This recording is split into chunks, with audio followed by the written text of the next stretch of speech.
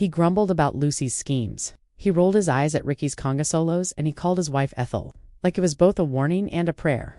But behind that grumpy exterior was a man with a past few knew a vaudeville vet, a baseball umpire, a heart attack survivor, and one of TV's most unforgettable characters.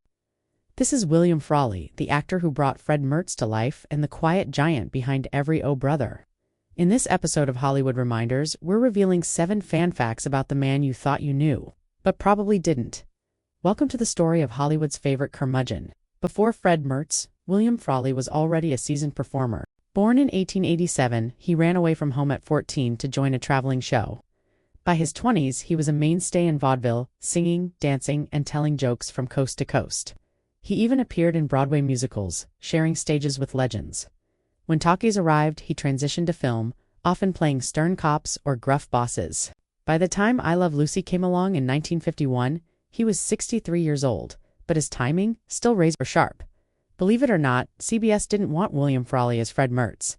They thought he was too old, too stiff, and not funny enough, but Lucille Ball and Desi Arnaz refused to recast. They knew Frawley's deadpan delivery was the perfect counterweight to Lucy's chaos. Without his exasperated sighs and weary glances, the comedy would fall flat. So they stood their ground, and history proved them right. On screen, Fred and Ethel were one of TV's most believable married couples.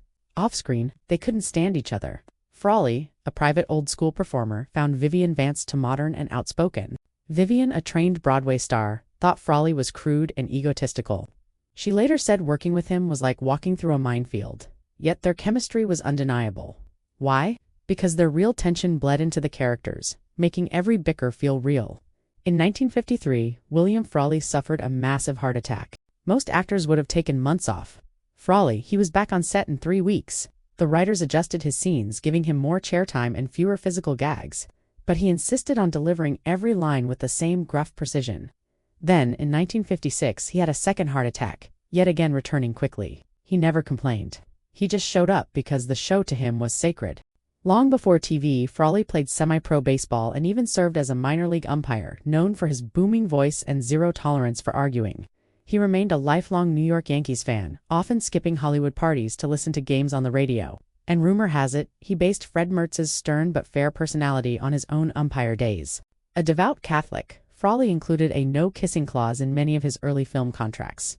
At a time when romantic leads were expected to smooch, he insisted on playing only grumpy uncles, judges, or comic relief. He believed comedy didn't need romance to be human, and with Fred Mertz, he proved it. On March 3, 1966, at age 79, William Frawley collapsed while walking near his Hollywood apartment. He was rushed to the hospital and pronounced dead shortly after. But here's the part that gives fans chills.